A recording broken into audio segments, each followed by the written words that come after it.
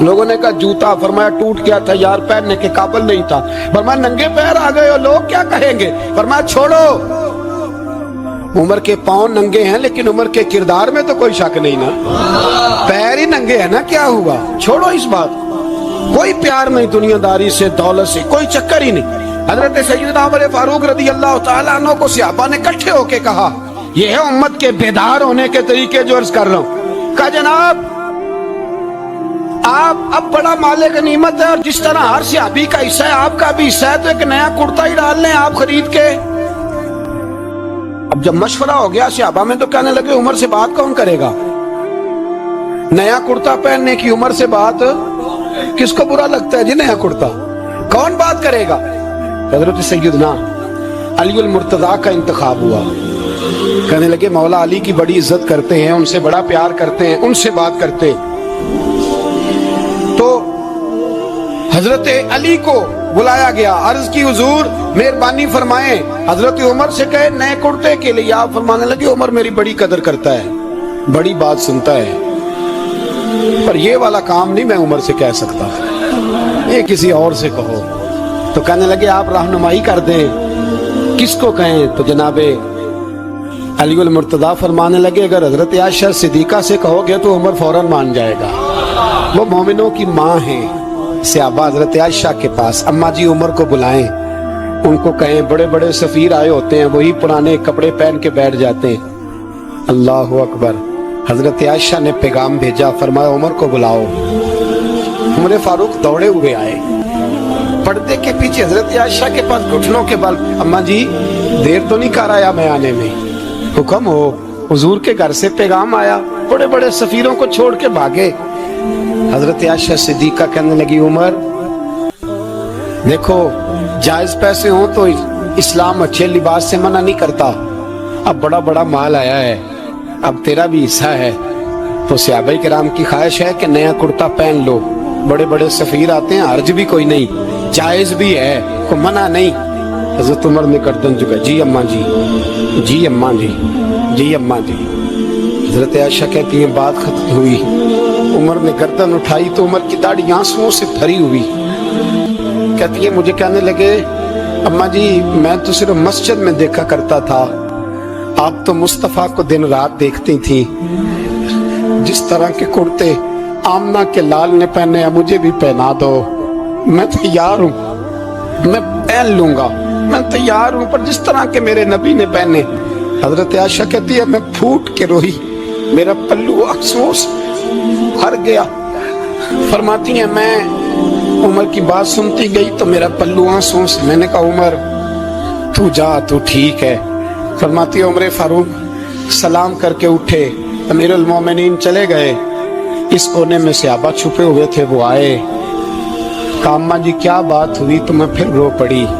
میں نے کہا کیا بتاؤں، تمہیں پرانے کرتے نظر آتے ہیں، اسے محمد عربی کے جلوے نظر آتے ہیں، اسے رسول اللہ کا رنگ نظر آتا ہے، اسے وہ غلامی نظر آتی ہے۔ عمر کو دنیا سے پیار، اور دنیا سے پیار نہیں تھا، دعا پتہ کیا تھی؟ یوں جھولی اٹھا کے اللہ مرزقنا شہادتن فی سبیلک واجعل موت فی بلد حبیبک، اللہ عمر کو بسترے والی موت نہ دینا، موت شہادت کی دینا، اور میں میدان میں جا کے نہیں مرنا چاہتا، مجھے رسول اللہ کے شہر میں موت چاہیے، باہر جا کے نہیں، یہی میدان لگے مدینے، یہی موت آئے، اسباب بنا، میں مدینہ بھی نہیں چھوڑنا چاہتا۔ او بھائی ان لوگوں کو نہیں پیار تھا، جناب صدیق اکبر کا وصال ہوا تو زہر کے اثر سے، وہ جو آپ کو زہر لگا تھا، بعض مفسرین نے لکھا ہے کبھی کبھی وہ جو سانپ نے ڈسا تھا تو کبھی کبھی اس کا اثر آتا تھا، بس اللہ نے شہادت دینی تھی کبھی کبھی، ورنہ تو بڑی شفائیں تھیں۔